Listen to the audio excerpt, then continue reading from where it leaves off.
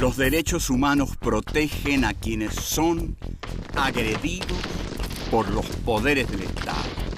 En la Edad Media era absurdo plantearlos. No había derechos para los hombres.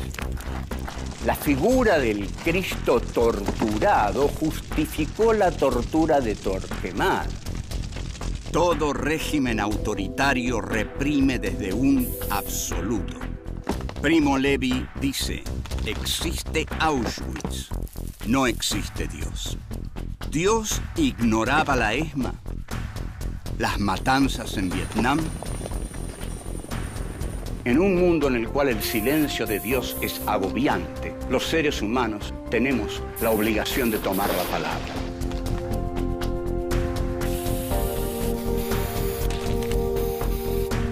Filosofía aquí y ahora 5. Filosofía y derechos humanos. Encuentro 9. Las revoluciones socialistas en el siglo XX. 1. La Revolución Francesa y el terror. 2. La revolución y la autoridad. 3. Proletariado, conciencia de clase y vanguardia. 4. La dictadura de lo uno. 1. La Revolución Francesa y el terror.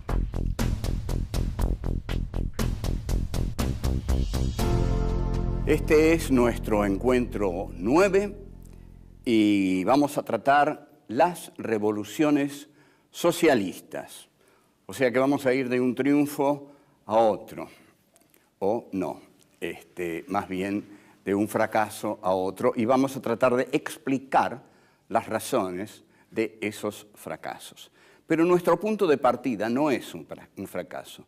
Nuestro punto de partida es una revolución triunfante, que es la revolución, la gran revolución que hizo la burguesía, que fue la Revolución Francesa de 1789, cuyo símbolo más destellante es la toma de la Bastilla.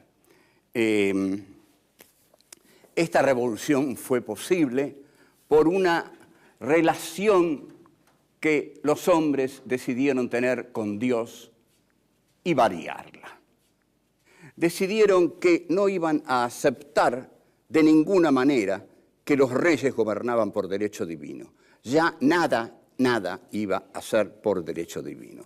Ustedes imagínense que los reyes decían gobernar por derecho divino. Es decir, que ni más ni menos que Dios garantizaba, respaldaba y apoyaba el reinado de un monarca. La Revolución Francesa atraviesa distintas etapas. El grupo más destellante es el de los jacobinos, que es el grupo de izquierda, llamado así porque se ubicaban en el lado izquierdo de la Asamblea Constituyente de la Revolución Francesa. Los jacobinos eran los, y además el concepto de jacobino quedó como concepto de extremismo político. Son los jacobinos los que declaran, los que decretan los derechos del hombre y del ciudadano, que son un antecedente fundamental de la Declaración de los Derechos Humanos de las Naciones Unidas de 1948.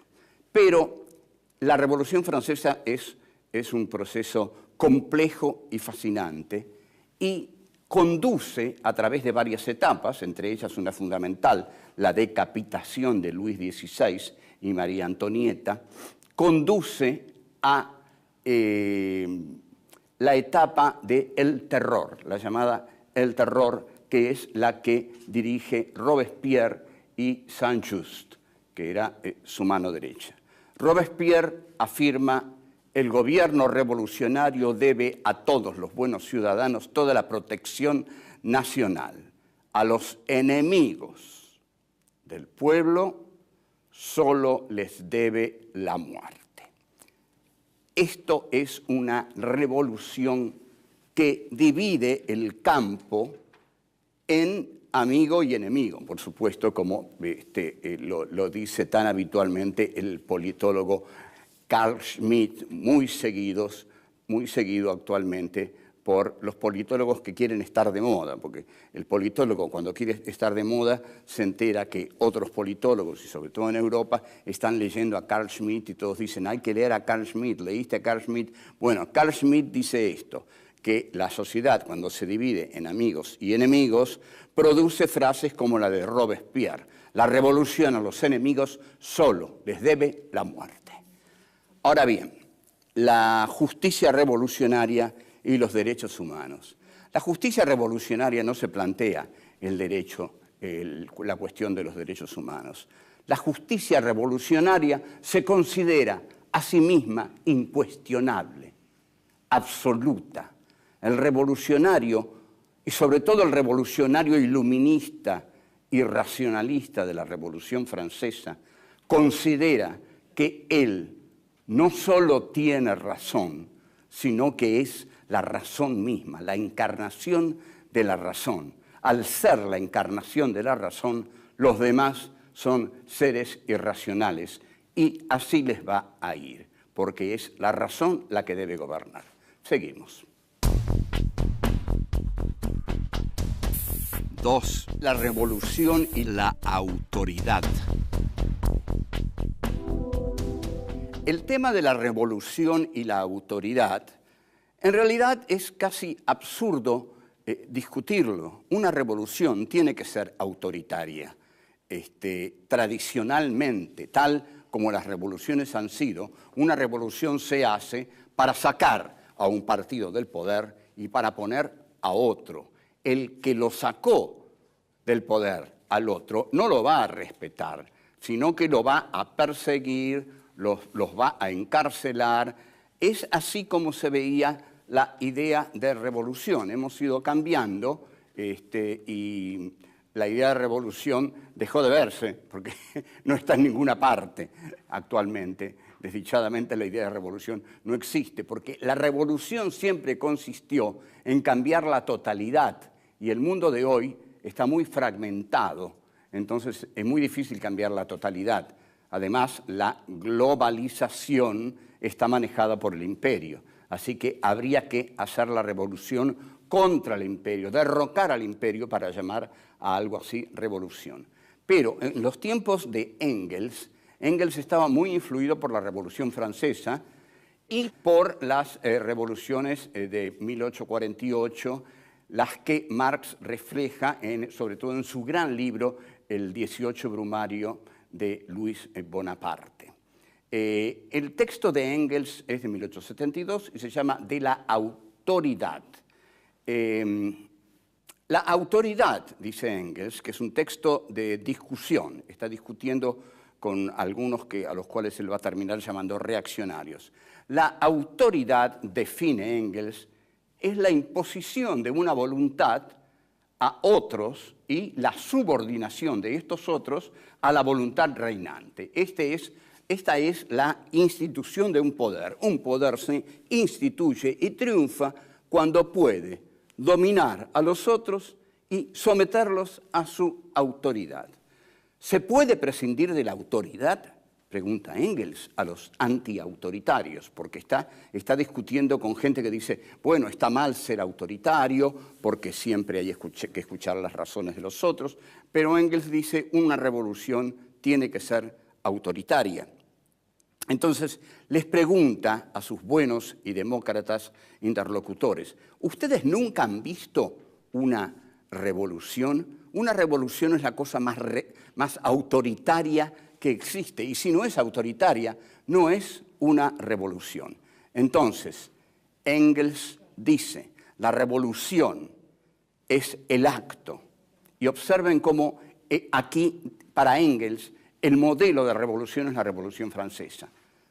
La revolución es el acto por medio del cual una parte de la población impone su voluntad a la otra por medio de fusiles, bayonetas y cañones, medios autoritarios si los hay. Cuando dice fusiles, bayonetas y cañones, se está refiriendo a la Revolución Francesa. Entonces, Engels dice, para mantener el dominio por medio del terror que sus armas inspiran a los reaccionarios. Para Engels, en este texto, todo está muy simple, todo es muy simple, es decir, o muy complejo. Se trata de hacer una revolución y una revolución tiene que tomar el poder.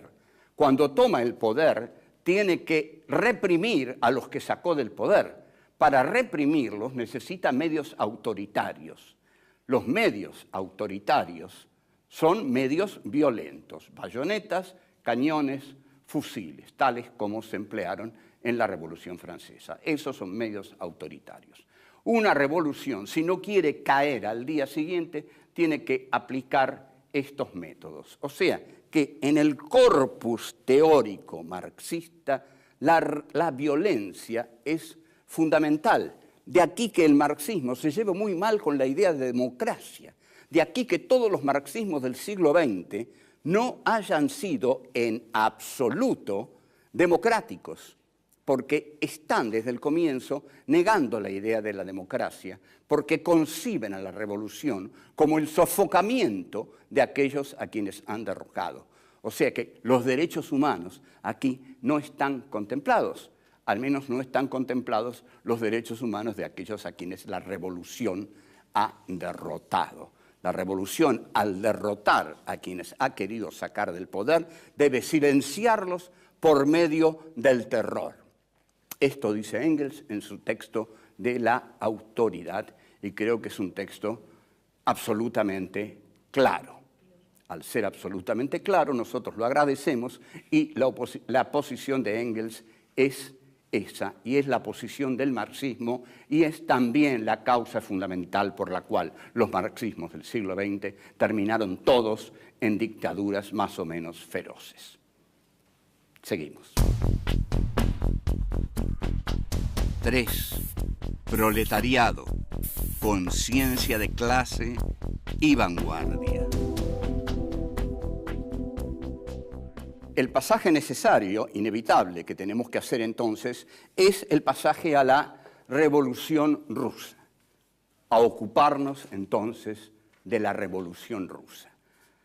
La Revolución Rusa está definida para nosotros a partir de su etapa leninista.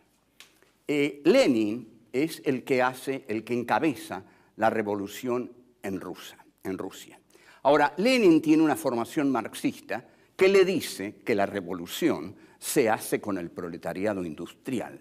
El problema que tiene Lenin, que es el que tuvo aquí Mariano Moreno, al no tener una burguesía jacobina que respaldara sus proyectos jacobinos, carecía de la clase social que lo sostuviera, Moreno. El mismo problema tiene Lenin. O sea, para hacer una revolución marxista, lo que Marx, su lectura aplicada del Capital, le enseña es que una revolución marxista se hace con el proletariado industrial como vanguardia, pero como vanguardia popular, como vanguardia masiva. Lenin no lo tiene, no tiene proletariado industrial en esa Rusia atrasada, en la Rusia que recién sale del zarismo, de la guerra, y lo que tiene es un campesinado. Entonces escribe el qué hacer, donde va a tratar justamente de responder a esta dramática pregunta. ¿Qué hacer? Me falta un proletariado industrial. ¿Qué hago? Bien, él tiene algunas ideas que llevaron a puntos muy equivocados. Lenin resuelve que la etapa burguesa no es necesario atravesarlo, porque ustedes observen, si Lenin tiene que esperar a que surja un proletariado industrial, tiene que esperar a que exista en Rusia un largo desarrollo de la etapa burguesa, y no puede esperar al largo desarrollo de la etapa burguesa, más aún cuando Lenin está convencido que bajo la burguesía el proletariado se aburguesa a través del tradeunionismo, a través de los sindicatos, que los sindicatos tienen la misión de incorporar a la clase trabajadora al sistema capitalista. Entonces no confía en el desarrollo de la burguesía. Hay que eliminar la etapa burguesa. ¿Cómo se elimina la etapa burguesa? desde las ideas, desde la vanguardia iluminada que tiene la teoría de la historia. Hay que darle a las masas la conciencia de clases, pero la conciencia de clases se la tiene que dar la vanguardia. La vanguardia conoce las leyes de la historia y con ese trabajo profundo sobre las masas, es decir, bajando la línea revolucionaria a las masas, es como las masas no necesitan atravesar la etapa burguesa para llegar a tener una conciencia socialista. A ver, voy a repasar esto porque es difícil. Lenin dice, yo no tengo un proletariado industrial. Para tenerlo tengo que esperar el desarrollo de toda una etapa burguesa. Elimino la etapa burguesa y sobre este enorme campesinado que tengo en Rusia, dejo caer la doctrina revolucionaria marxista. Y esa doctrina revolucionaria, cuando cae sobre las masas, produce una revolución, lleva a esas masas a la ideología socialista. Para eso hace falta una ideología de vanguardia y una vanguardia ideológica. A lo que quiere llegar entonces Lenin y a lo que llega es a lo que llama la dictadura del proletariado. Vamos a ver qué es esto de la dictadura del proletariado, que ya estaba en Marx. Ya estaba en Marx. Marx dice, de todos los elementos que yo he descubierto, el más valioso es la dictadura del proletariado. Engels dice, la Comuna de París, he ahí la dictadura del proletariado. Entonces, Lenin dice, vamos a hacer la dictadura del proletariado. Ahora, no puede haber dictadura del proletariado en Rusia, porque no había proletariado. ¿Cuál va a ser la dictadura del proletariado? Bueno, miren, es muy sencillo. La dictadura del proletariado va a ser la dictadura de ese grupo que posee la ideología del proletariado. Aunque no esté el proletariado, si están Lenin y sus compañeros que pueden tener la teoría de vanguardia revolucionaria del proletariado, ellos van a bajar esa línea al campesinado hasta tornar revolucionario y socialista a ese campesinado y con esa base social van a hacer la revolución. Lo que ocurre aquí es que ya empieza a darse un verticalismo muy peligroso. El verticalismo es que la vanguardia está por encima del pueblo, del campesinado, y ha decidido bajar al pueblo la línea revolucionaria, porque la línea revolucionaria la conoce la vanguardia, y la vanguardia la conoce porque dice conocer las leyes de la historia. El primer problema que enfrenta la vanguardia es que la historia no tiene leyes. Volvemos. 4. La dictadura de lo uno. Hay una crítica de Trotsky a esto, del trotskismo y de Trotsky esencialmente, que se basa en lo siguiente y que es verdadera. Es evidente, y así resultó, que ese partido de vanguardia que postula Lenin termina transformándose en un partido de vanguardia dictatorial. Si el partido de vanguardia tiene que bajarle a las masas la ideología se transforma en una ideología dictatorial elaborada por el partido de vanguardia. Entonces, el comité central sustituye después al partido y, finalmente, un dictador sustituye al comité central. Esto es lo que va a decir Trotsky con gran sentido común. Trotsky lo que va a postular es una revolución permanente y esto está bien, digamos, para cualquier revolución e incluso para cualquier proceso político. La revolución permanente o la revisión permanente de sus postulados políticos esenciales, iniciales, es fundamental. No hay grupo político que pueda mantenerse si no revisa constantemente los puntos básicos desde los cuales partió. ¿Por qué fracasan las revoluciones socialistas? Porque parten de esta idea de la dictadura del proletariado.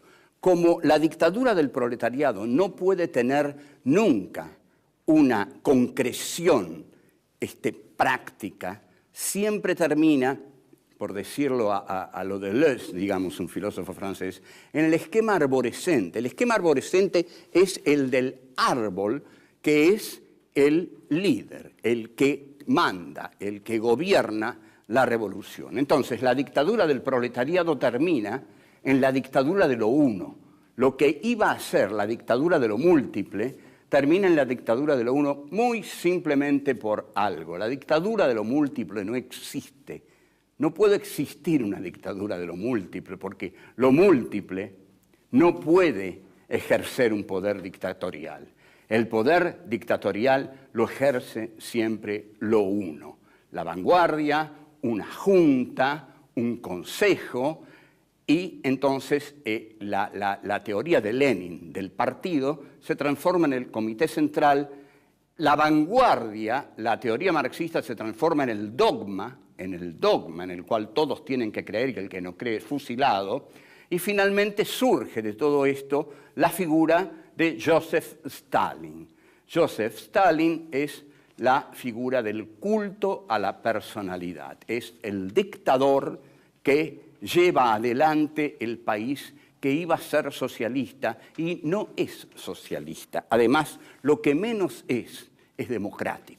El problema del socialismo con la democracia choca desde el comienzo por la idea de la dictadura del proletariado y por la idea de la exaltación del autoritarismo para derrotar a los enemigos políticos. Es cierto que la democracia tiene 20.000 problemas que no ha solucionado ni soluciona, pero estamos hablando del socialismo. El socialismo no soluciona sus choques inevitables con la idea de la democracia. El socialismo tiene que terminar apelando siempre a la dictadura del culto a la personalidad. Una revolución no debe tener un camino dictatorial, debería inaugurar un camino de libertad. Pero, dirían los revolucionarios, ¿cómo inauguramos nosotros un camino de libertad si tenemos que imponernos sobre una enorme parte de la sociedad que está contra nosotros? Entonces, hay dos críticas a esto. Una de Rosa Luxemburgo, que dice, ante la teoría de la vanguardia de Lenin, que las masas no están privadas de conciencia de clase, que la vanguardia no es la dueña privativa de la conciencia de clase, que la vanguardia no es la que conoce las leyes de la historia solamente, que la clase obrera tiene conciencia de clase y no necesita ser dirigida por una vanguardia. Al contrario, es la vanguardia la que debiera hundir sus raíces en la clase obrera para así nutrirse de los valores de la clase obrera y representarla genuinamente. Ninguna vanguardia que trabaje desde afuera de la clase obrera puede ser una vanguardia genuina. No hay vanguardia genuina porque el concepto de vanguardia es antidemocrático. Y al ser antidemocrático es un concepto que nosotros rechazamos y que ha fracasado a lo largo de la historia. ¿Quién en América Latina llevó la idea de la democracia y el socialismo tratando de unirlas? Fue un gran líder político, un civil de nombre Salvador Allende. Lo que intentó Salvador Allende en Chile fue llegar al socialismo a través de la democracia. Muchos se rieron de Allende porque eran los violentos los que decían que Allende era un ingenuo, porque a través de la violencia se iba a llegar al socialismo. Como vemos, todos los que tomaron la vía violenta llegaron al socialismo. Lamentablemente no, y no tengo nada para decirles en contra, simplemente los resultados están a la vista. Allende, lo que tengo para decirles en contra es que la vía armada no sirve, que la política es donde el sujeto se realiza. Conocemos entonces que la CIA, más la Pepsi-Cola, más la ITT, más el diario El Mercurio, tiraron abajo a Salvador Allende, que murió heroicamente en el Palacio de la Moneda, como pocos líderes se entregan la vida cuando una revolución viene a derrocarlos. El tema de la revolución y los derechos humanos es muy complejo porque una revolución es eminentemente un acto contra otro. Es decir, una revolución pretenderá ser siempre un acto de justicia en una sociedad. Y si pretende ser un acto de justicia, siempre va a tener que enfrentar a aquellos que agreden a la equidad dentro de una sociedad. Las sociedades cada vez son más desiguales y la idea del socialismo que todos tenemos es la de la igualdad. Lo que todos queremos es la igualdad entre los seres humanos. El neoliberalismo, lo que cada día logra más, es una desigualdad inhumana, una desigualdad peligrosísima que va a terminar con las masas hambrientas asaltando las ciudades. Entonces, los derechos humanos aquí consisten en luchar por la igualdad entre los hombres. Y esa es nuestra concepción de la democracia. La igualdad entre todos y cada uno de los seres humanos. Chao, hasta luego.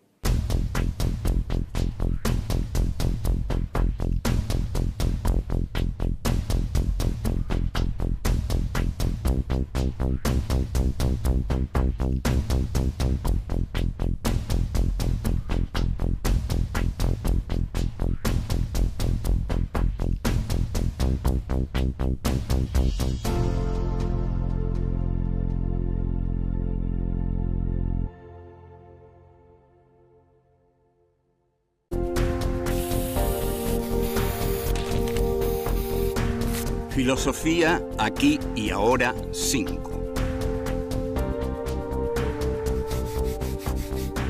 Filosofía y derechos humanos. Encuentro 9. Las revoluciones socialistas en el siglo XX. 1. La Revolución Francesa y el terror. 2. La revolución y la autoridad. 3. Proletariado, conciencia de clase y vanguardia. 4. La dictadura de lo uno. 1. La Revolución Francesa y el terror.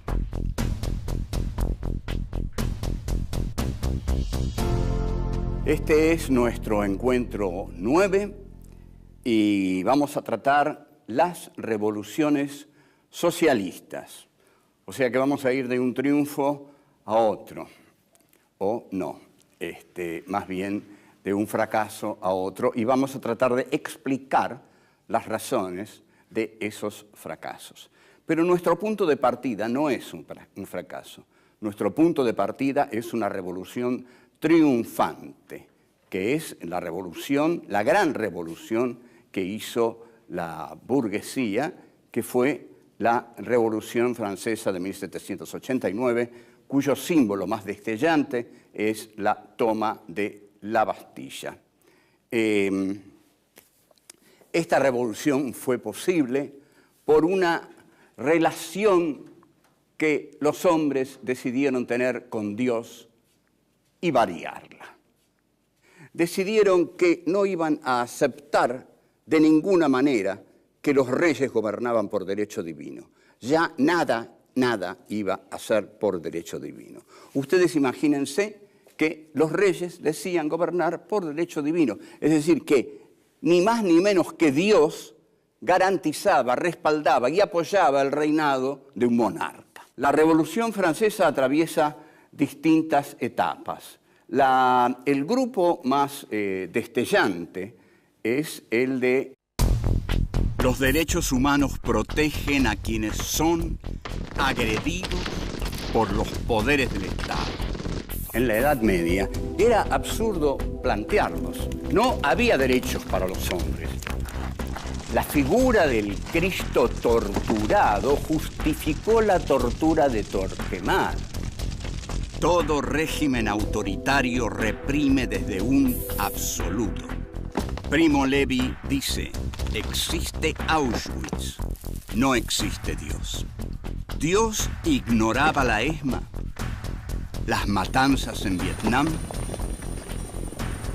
En un mundo en el cual el silencio de Dios es agobiante, los seres humanos tenemos la obligación de tomar la palabra. Los jacobinos, que es el grupo de izquierda, llamado así porque se ubicaban en el lado izquierdo de la Asamblea Constituyente de la Revolución Francesa. Los jacobinos eran los, y además el concepto de jacobino quedó como concepto de extremismo político. Son los jacobinos los que declaran, los que decretan los derechos del hombre y del ciudadano, que son un antecedente fundamental de la Declaración de los Derechos Humanos de las Naciones Unidas de 1948.